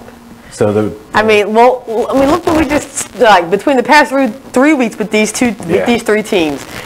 Anything can freaking happen. Anything can happen. You know what I mean? I don't think that anything is solidified for any one of those teams. Oh, absolutely. You know, I don't think we've seen anything that would make us think otherwise. So. All right, so that was cool. I mean, your come-through pick, my come-through pick. We have another comment. Lonnie said, AFC is a tough race this year. NFC is trash. I totally have to agree with you on that one. Yeah. I totally have to agree with you. And I will even take it a step further and say Super Bowl winner is going to come out of the AFC. I can see that. Yeah. I mean, that's just the way it is. Preseason, everyone was talking about how strong the NFC was. Yeah, I mean, but you know, they like that. It was, I mean, some of the favorites were there. The Saints, the Rams, you know what I mean? So, I mean, I could see that. But, yeah, the AFC stepped up in a major way this year. You guys, when we come back, we're going to talk about Brandon Hyde, and we're going to talk a little basketball, a little NBA. So don't go anywhere, just a bit outside.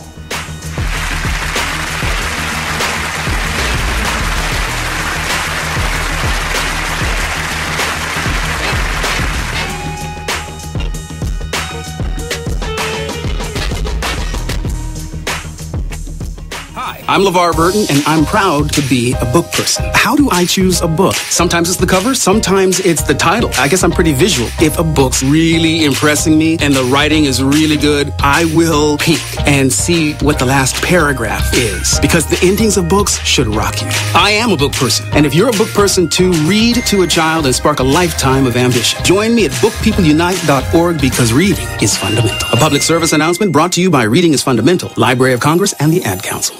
Green light. Hey girl, school zone. I'm getting hungry. Car changing lanes. You want to meet me for pizza? Stop sign. Intersection clear. Yeah, street. Pizza sounds good. Ballin' Street? Girlin' Street! It's hard to concentrate on two things at once, like texting and driving. Stop the text, stop the wrecks. How will you stop texting and driving? Tell us at stoptextstopwrecks.org. Brought to you by the National Highway Traffic Safety Administration and the Ad Council. Check out this flashback from the Artist Exchange radio show. That's the biggest thing, is just empowerment. Just get off of the begging line. Just be proud and just get our pride and our dignity back, because as a child, we're taught how to go and beg for a job. Our parents, they literally taught us how to make sure you pull your pants up. Me, I'm 6'7", so I'm a bigger man. I was always taught how to not be threatening or intimidate people when I go into different interviews or different scenarios. And so we're literally taught how to condition ourselves, condition our speech, everything, in order to go and beg these people for a job, because we know when we walk in the door, I have to tear down 10 stereotypes before I get past hello. So we need to eliminate that. You know, and we need to eliminate that, and the way that we do that is employing ourselves and employing our brothers and sisters. And so that's our mission, is group economics, uplift ourselves, because I can't empower anyone until I empower myself, and change from just being willing, because it's in my heart and my passion to see my people succeed and see us do better and change the social order, because I know that we are not supposed to be on bottom. I understand who I was. I know I didn't fall out of the sky and land on a plantation. So when you have knowledge of self and you know who you are and what you come from, it's frustrating more than anything to see us in this. You are listening to BeExposedRadio.com.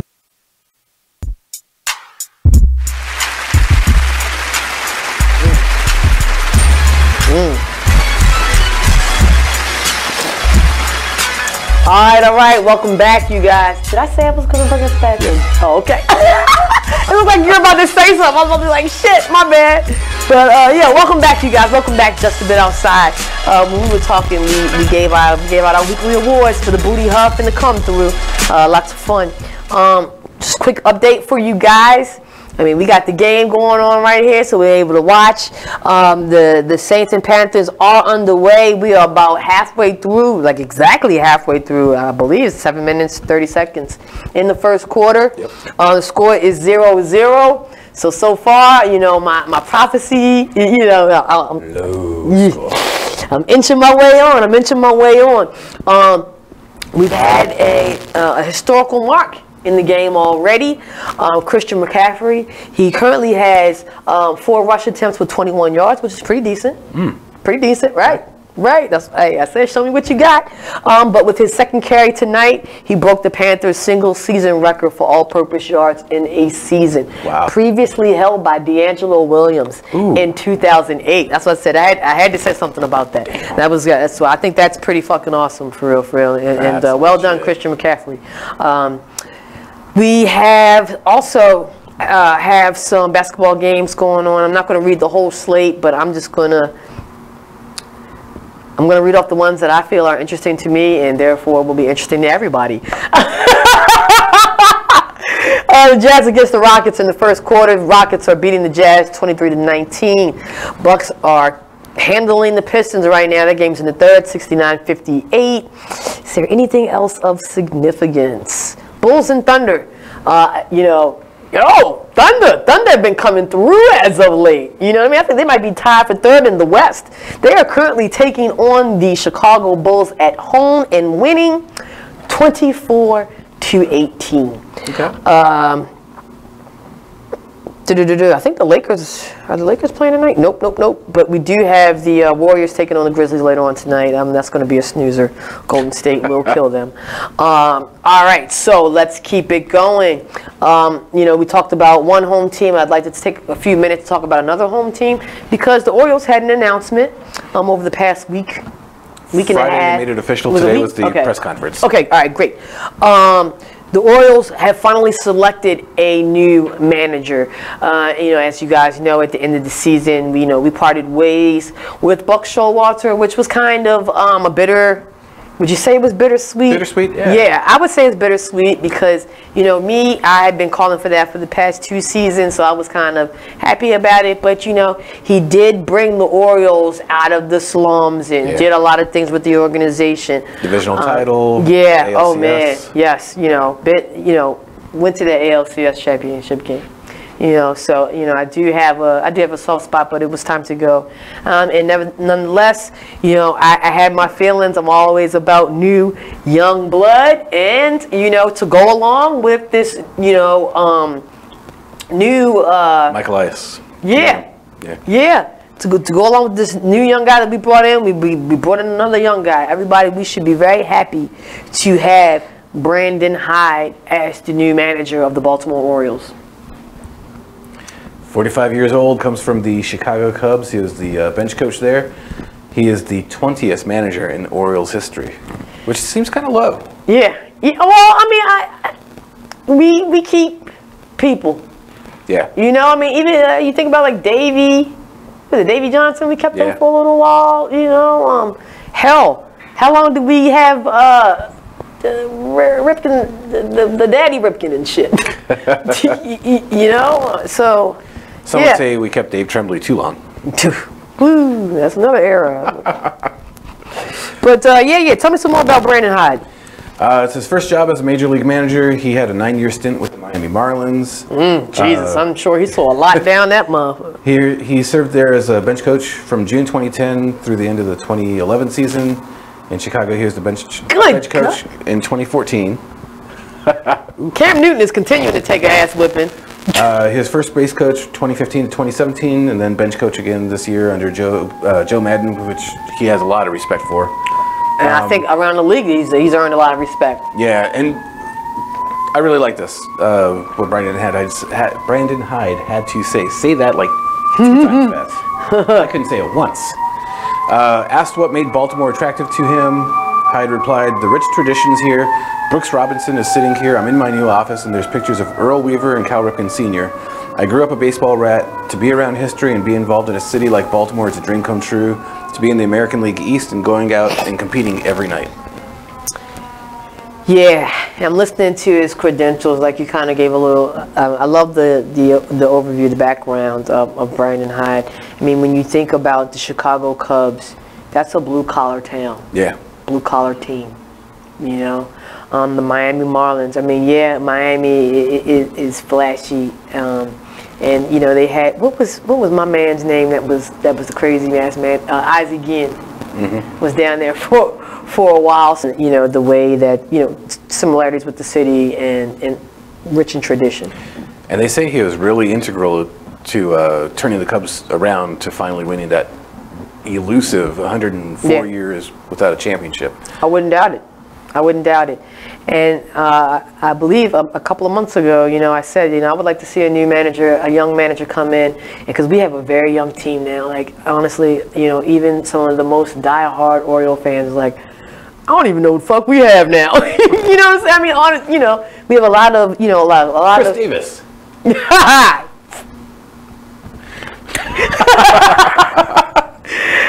have a lot of young raw talent. Speaking of Chris Davis. Oh, Lord. No, and this goes like, I'm interested because he is a young manager, what his take on it is going to be in his approach. Because have you heard that Major League Baseball is looking at limiting the shift? Are you serious? The winter meetings. Why? The winter meetings are coming up because it's limiting the good hitters. And that's why they're saying hits are down. Okay, we know that Americans like offense and they like scoring. They just. So that's what they're doing. But Major League Baseball has also said they want to pull back the time of the games. If the games Right, that's what I was going to say. They are so stupid. Like, you know what I'm saying? Okay, why don't you focus on one thing or the other? Do you want to shorten the game or what? Like, so what they're going to do is make it so that outfielders or infielders can't be outside of the dirt. Ugh. And then they can't be within, or can't be so far away from the base. Outfielders can't be like out of their certain range. This is irritating. Yeah. This is irritating, right? I was gonna say, I don't know how you feel about this, but I'm just irritated just listening to that. The shift, I think, is just a great part of defense. Yes. Let them manage. Yes, and as somebody, you know, I play softball every season, and I love baseball. I study it, analyze it. You know, it's one of my favorite sports of all time. That is a part of the game. That is what you call strategy. So what you are telling me is that you want to take strategy out of the game. My mind just can't compute that. You know what I'm saying? And then couple the fact that if you do that, you are allowing more hits and thus extending the time of the game. It is just ill fucking logical, man. Like, I don't even know who came up with that. And you know, honestly, like, come on. How many good plays have we seen? You know, people, you know, sitting out on that line, catching those balls that rip right on through and making a play from their knees or something. Like, you're gonna get rid of all of that, you idiots. Like, that's just, gosh, I hope that doesn't come to fruition. Oh. Yeah, like they've come up with some wild ass shit, but I think that's like the wildest thing that I've heard coming out of the Major League in a long time. Like, come on, man, give me a break. It's like if the NFL made the extra point from. Oh wait, never mind, they did. Yeah, right. Okay, so back to Brandon Hyde. I'm excited about this. Yes. You know what I mean? Like, I like the direction that the Orioles are going. You know, I mean, they're doing what I want them to do. So of course I like it. They're doing everything that I've been asking. Now we could just get a couple of heavy hitters, like some big names, you know, to kind of keep this energy going. I think we're going to be just fine. Oh yeah. Just fine. I did hear, I heard through the grapevine, the Yankees have opened up talks with Manny. Oh, really? Yeah, you knew that shit was going to happen. You knew it was going to happen, yeah. Yeah, those jerks. So we might be seeing a lot more Manny next season. Who knows? You know, him probably making those return visits. Oh, shorty! Okay, Carolina just scores off of a trick play. It looks like Christian McCaffrey. About 45. First career pass attempt, and it's a touchdown. 45, trick 50 play. yards. Yes, Big. 50-yard TD to, I don't know who the hell caught that, but he took it to the house, man. So Carolina is currently up 7-0. I'm telling you, I'm an evil genius with this shit sometimes. It's going to happen, baby. It's going to happen. 17-16. Carolina, let's go. You know I'm going to be up watching the game. Yep, and we're going to be texting each other all night and shit. Sitting up in the bed. Thumb cramps and shit. Like, yo, this is crazy. All right, let's go outside of the realm of baseball and go on to the hardcore, man. Let's talk about basketball. You know, we are just outside of the midway point because we all know that the All-Star game is usually around end of January, February, something like that. Yeah. Yeah, so we've gotten a pretty good sample set of what's out there. You know, of course, you know, things always get shaken up with the trade deadlines and whatnot, but you know, a good sample set of what's in front of us right now. And 2 months into the season? Yeah. 2 months in, maybe a little bit more than 2 months, because I think they started the first week of October. But so, you know, I've been watching a lot of basketball. I told you guys I just got that league pass, so I've been overloading on the basketball. And you know, I was thinking to myself, what's that? Lonnie, man. Lonnie's been all over the feed tonight. Oh, I love it. I love Quote it. unquote, keep pounding. Cardi face. I wish we could put shit like that in the feed, because I know exactly what, I'm going to show you the picture offline. I know exactly. Lonnie, I love you. I love Lonnie. But back to the NBA, I started to think, you know, I was thinking like, man, okay, you know, with all of the shakeups in the NBA right now, I mean, you know, honestly, it's not it's anything like what people thought it would be at this moment, especially in the Western Conference. You know, and I couldn't help but, you know, I wanted to pose this question. What NBA Finals would you like to see the most come June? You know, I don't even know who I picked on the NBA preview special. But I still like the 76ers. I know they're like in 4th place right now in the East, but I still like the 76ers. They made that trade for Jimmy Butler. I think they're just still trying to gel and get together. Maybe Jimmy needs to stay off the podcast and interviews and stuff and focus on the court more. Yeah. That's what I like coming out of the East. And the West, like, you know, like, I will say, like, the Nuggets have been a pleasant surprise. Yes, sir. But yes, you know, sir. I'm going to ride or die with the Warriors. Yeah, I know you are. I know you are. But, you know, honestly, don't look out now because, you know, at 18 and 12, 2.5 games out of first. Lake Show, baby. Lake Show. You know what I'm saying? Right. And you know, the Western Conference is just so interesting and fascinating to me right now because you have the top 8 teams, all 8, within 4 games of the first spot.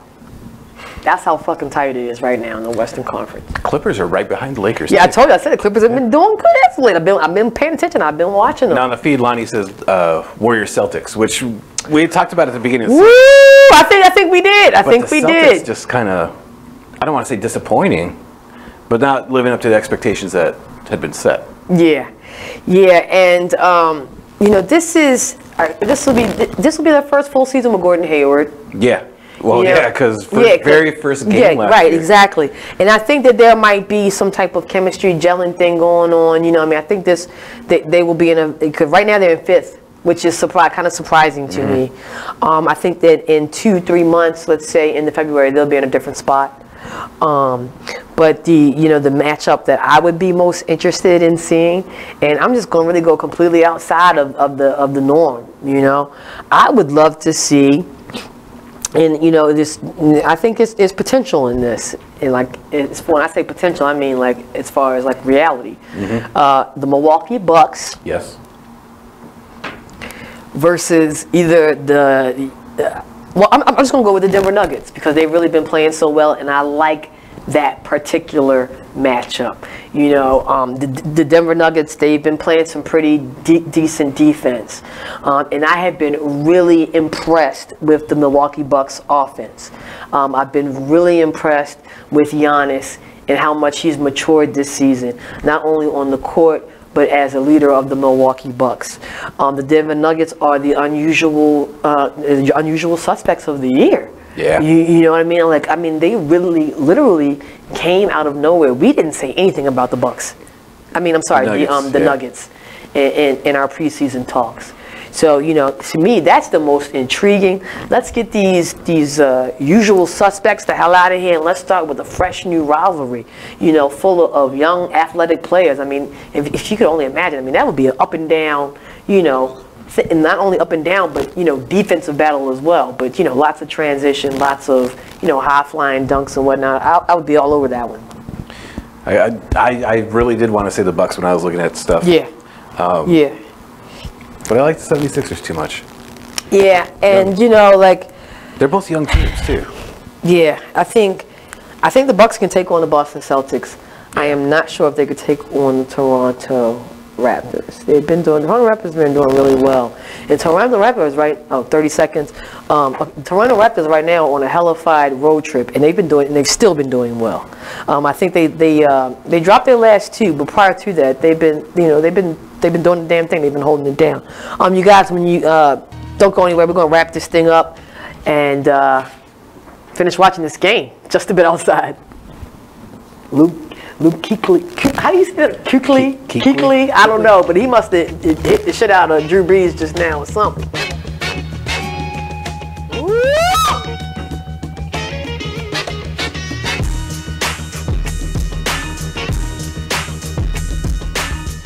So, Jacqueline. Yes, Mom? I wanted to talk to you about something and... Oh, wait. Hold on. I just got a text. Oh, there's another one. Wow. Busy, busy me. So, anyway...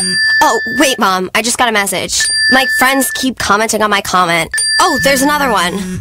So many comments on my comment. Oh, I can't wait to watch TV tonight. Playoffs! Hey, guys, check out my new video game. Pew, pew. Wait, Mom, what? Huh? What? Hold What'd you say? Wait a second, what? This weekend, unplug. Take your family to the forest. There's nothing in the world like experiencing nature firsthand. Trees, paths, bluebirds, streams. Getting closer to nature can get you closer to your family. To find the forest nearest you, go to discovertheforest.org. Brought to you by the U.S. Forest Service and the Ad Council. The Exposed Radio. Well, if you made them, take care of them. Yeah, that's period. The real. That's the real deal. It's period. Right. And all that old money shouldn't go toward this, money should go to if the child is with one of the parents 24/7, 7 days a week. You don't even come get your child every day. You come get your child once a month maybe, or once every 3 months. Right. You cannot dictate where that money goes, especially if the child ain't calling you about nothing. Now, if the child calling you every week, then you can question about where the child support is going. But if every time you pick up the child, they look nice, they ain't complaining about nothing, why are you worrying about where the money go at? It is what it is. The Artist Exchange Radio Show every Friday 7 p.m. to 9 p.m. every Saturday 12 p.m. to 2 p.m. Real artist, real talk, real live on BeExposedRadio.com. I was meeting with a friend yesterday, and I've gotten to the point where don't ask me a question because the truth is going to come out. Exactly. Just don't do it. If you ain't looking for the truth, don't come to me. Don't do it because I can't hold my tongue. And she wants to be this stylist, boutique, but you're not doing anything in that nature, and I can't take you seriously if you're not doing those things. And I understood why people didn't take me seriously because I found myself in somebody else's lane. I was good at what I was doing. And You are listening to BeExposedRadio.com.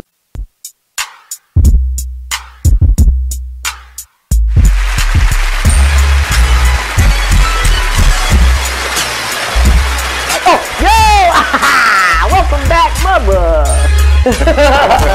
And we're live just a bit outside. Your host, Kescia and Mark, are in the building. We've been holding it down for the past few hours. Hella laughs, hella stat, hella comments. I mean, you guys were lit tonight. I loved it. Really quickly, final updates for the game. This first quarter is closing out. The Who Dat Nation were able to score field goals, so the game is 7-3. And I just want to pat myself on the back because everything I said is it's going strong. We'll see how the rest of the game turns out, though. Couple of, do I want to do the NBA scores? I'll just give you guys a couple. Woo! Detroit caught up to Milwaukee, 84-80. Chicago's catching up to OKC, 33-39. So a couple good games on tonight. Looks like, looks like the Saints are trying to march up the field. So we'll be on the lookout for that as well. Well, at home. Mark, do we have a feel good for tonight? And I think we do because we have a feel good. Was it my feel good or the feel good? No. What was your feel good? I didn't tag you the one this week. Not that I remember. Shit. If it was anything over 24 hours, it's gone. Oh, okay, fine. It was about the guy that gave away the scholarships or some shit like that. Oh, one of the Cincinnati Bengals players. Yeah. Oh man, Jay, we were going to try. I tried, Jay. I tried. All right, but anyway, feel good. Bengals Mark's player played. Yeah. This one actually happened today. It was really cool. Oh, really cool. And we like supporting the women. Yes, we love the ladies at just a bit outside. Today, the Indiana Pacers hired Kelly Crosskopf. Okay. I hope I pronounced that right. Spicy. Very first woman assistant general manager in NBA. Whoa, that's huge. She's been with the WNBA a long time. Executive. Let's see. She will work with the Pacers basketball operations staff, including President of Basketball Operations Kevin Pritchard. Pacers owner Herb Simon said in a statement, "As the architect of one of the WNBA's most successful franchises, Kelly is a true pioneer in our sport. I've worked with Kelly over the past 2 decades, so I know her tremendous basketball mind, strong work ethic, and proven leadership skills will continue to be of great benefit to our organization." She had been the president and general manager of the WNBA's Indiana Fever for 17 years. Okay. Okay. That's good for her because, you know, WNBA has been expanding every year. Yeah. And, you know, she pretty much started from scratch. Yeah. Yeah. And we know the NBA has been hiring women for like assistant Yeah, I was coaching just and about to everything. say, I was just about to talk about Becky Harmon and the San Antonio Spurs. Yep. She joins Major League Baseball has 2 women assistant GMs, and now, you know, the women are getting love in all major sports. Yeah, and I think that's pretty awesome. And you know, I really do have to tip my tip my hat to the NBA because they do a really good job. You know, and I'm pretty sure a lot of that has to do with the WNBA. But you know, they have that whole Lean In campaign where they're, you know, really you know, about including women and, you know, treating women with respect, and you know, just, you know, you see these little blurbs during the games with these, you know, with these players talking about their experiences with their mothers, their wives, sisters, and stuff like that. So you know, this falls right in line with the ideals of the NBA and, you know, with the brand of the NBA. So that's what's up, man. I mean, that's huge. That was a great feel good and a really big shout out. Really quickly, you guys, a couple announcements before we call it quits for the night. Next Monday is the 24th, of course, Christmas Eve. We all have families, we have lives. We will not be in this joint on Christmas Eve. New Year's Eve, we're still trying to work out the details on that, so be on the lookout for that. Support the Ravens this weekend against the Chargers. Big game for us. Must-win situation. Be on the lookout for the page. We'll put poll questions up, and we'll, you know, we won't let you guys forget us. We'll put little things up during the holiday season for you to laugh. Yeah, absolutely. Yeah. Might do some Jabbo extras, do some shit. So you don't forget who we are. I know how much you love our famous faces. So with that being said, you guys know how we end the show. Baltimore, spread love, yo. Everybody have a nice holiday. Kescia, Mark, just a bit outside. Ooh, that was close. It was close. My man. Yo, great show.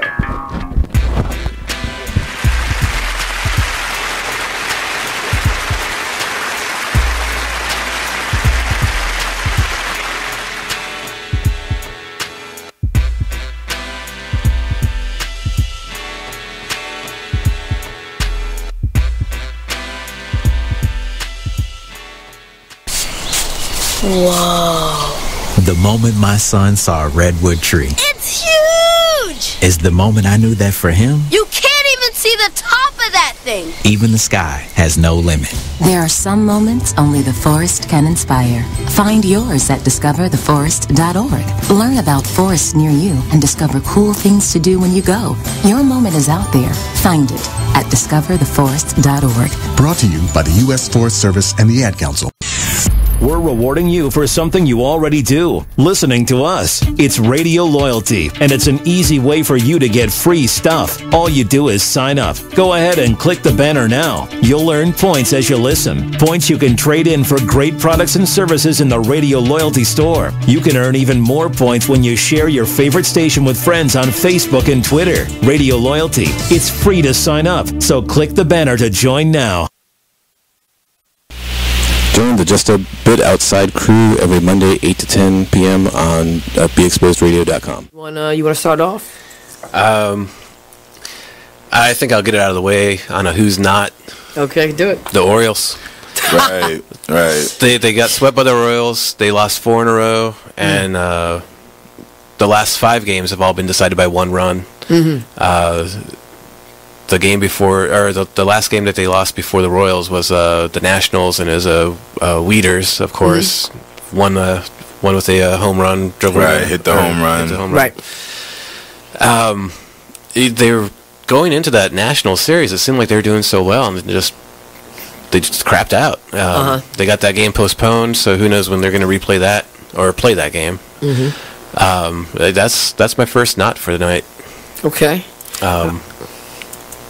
Okay, I'm going to go ahead and weigh in on my who's not, and I'm going to talk about the San Diego Padres. The Padres. That's okay. You Padres just took my answer. They're in last place in the NL West. They've lost 8 of their last 10. Their run differential is a negative 65, which is just horrible. So when you have, well, let me just talk about run differential a little bit. It's kind of like the how much you're winning or losing your games by, pretty much. Yeah. Okay. It's like the margin of victory, kind of. Right. So